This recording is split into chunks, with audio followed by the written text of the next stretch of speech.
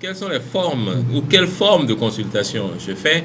Je fais une consultation qui est appelée la consultation par scannage de l'aura. C'est également appelé la consultation par les dossiers akashiques. La même chose s'appelle la consultation sur l'âme. Au fait, j'offre deux différentes formes de consultation.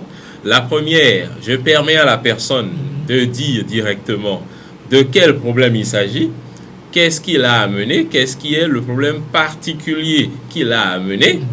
Et lorsque la personne dit de quoi il s'agit, on fait des recherches sur ce problème particulier. Au fait, ces consultations souvent ne durent pas trop longtemps, ça ne prend pas beaucoup de temps, par opposition au deuxième type de consultation, à la deuxième forme de consultation, qui est une consultation générale. La personne n'a besoin de rien dire. Elle n'a pas besoin de dire quoi que ce soit. Tout ce qu'elle a besoin de dire, c'est « je veux faire une consultation générale ». C'est tout.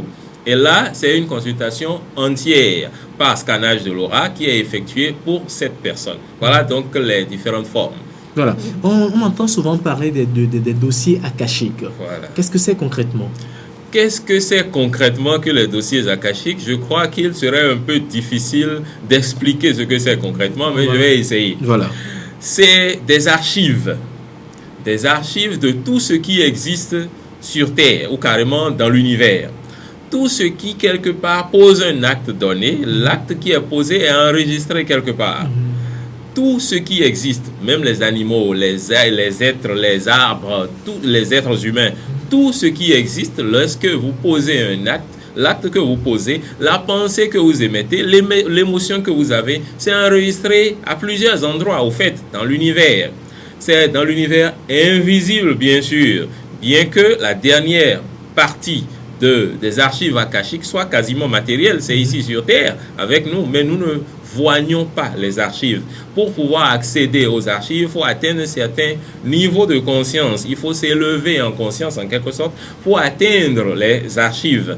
Et maintenant donc, les archives akashiques, ces archives-là, ces dossiers-là, chacun a ses dossiers, ses propres dossiers au sein de ses archives, un peu comme on dit, quels sont les dossiers de Daniel? On va chercher les dossiers de Daniel au sein des archives. Voilà en quelque sorte de quoi il s'agit. Toute la vie de l'âme, depuis des générations, depuis des incarnations, toute la vie d'une âme donnée est inscrite au sein des dossiers. Tout ce que vous avez eu à faire, même il y a 1000 ans, il y a 500 ans, c'est inscrit au sein des dossiers. Et quand vous revenez, c'est le même dossier que vous continuez à vivre.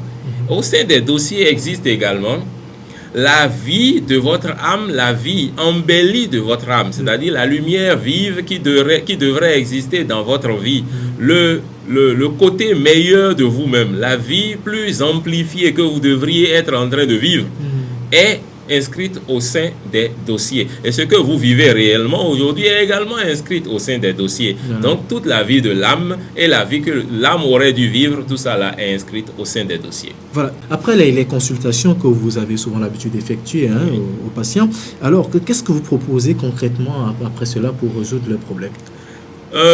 Comme je le disais, la plupart du temps, c'est l'âme qui fait ses propositions.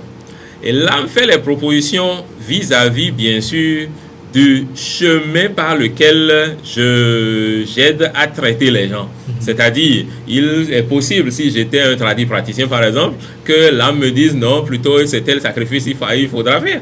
Mais par rapport à ma méthode d'opérer et ma méthode mes manières d'agir, l'âme de la personne me donne des instructions vis-à-vis de ses méthodes.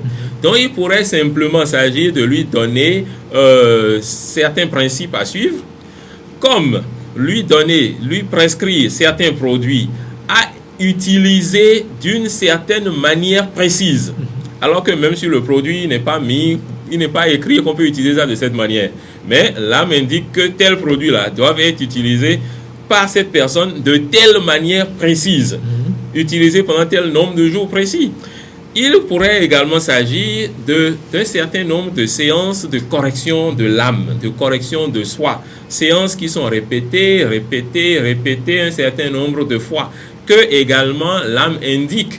Mais souvent, vous savez, puisque certaines personnes n'aiment pas trop faire beaucoup de séances, on est obligé de combiner beaucoup de méthodes pour leur faire les corrections en le moins de temps possible pour qu'ils ne perdent pas espoir, ne perdent pas la volonté entre-temps.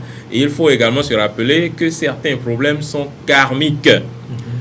Ce qui également est révélé par l'âme. C'est-à-dire ce problème est là simplement parce que la personne avait fait telle chose dans ses incarnations passées, est en train de faire telle chose maintenant qui ne lui permet pas d'avoir solution. Et on tient compte de tout ça également.